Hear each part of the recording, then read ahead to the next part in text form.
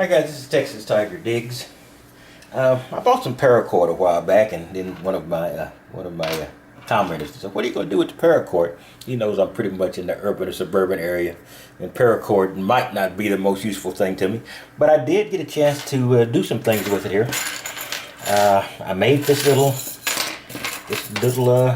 basically a tool. I decided I was gonna make something that I could hook on to my detecting bag, whichever one it might be, and with this large carabiner, I could just hook it on either one. Just take it off and rehook it.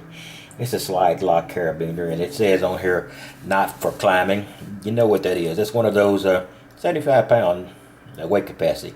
That's one of those messages for that manufacturers put in, so just in case somebody stupid doesn't get the wrong idea and and understand that a carabiner is usually used for climbing and decide this will work. So that's one of those prevent a lawsuit kind of messages. My attention with this little creation here is this is called a key locker, I think was what the manufacturer called it. And of course the carabiner we discussed earlier. My intention with this is to hook this onto my detecting pouch, and then anything else that I have that might be on a lanyard, I can simply put it here, because I do wear my keys around my neck.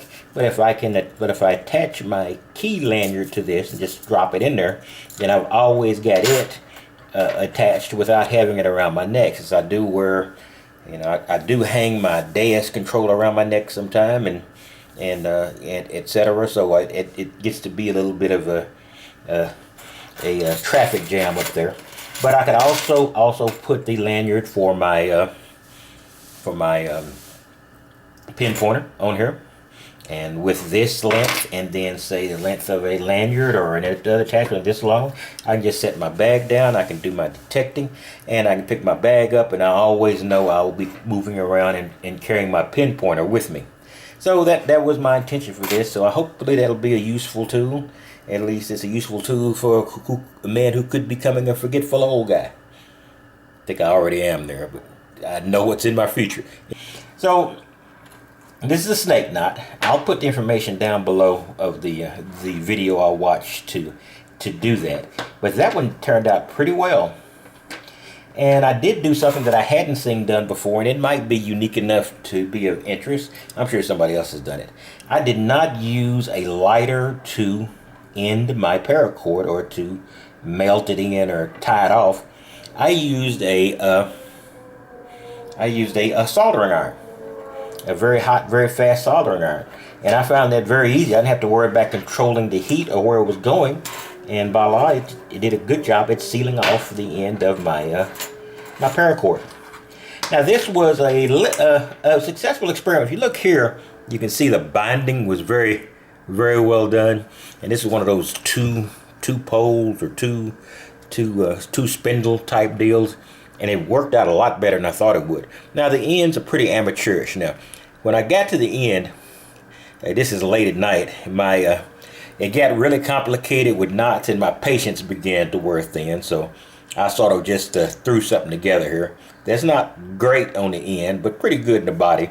So that'll take some more work, but it's something that I could use.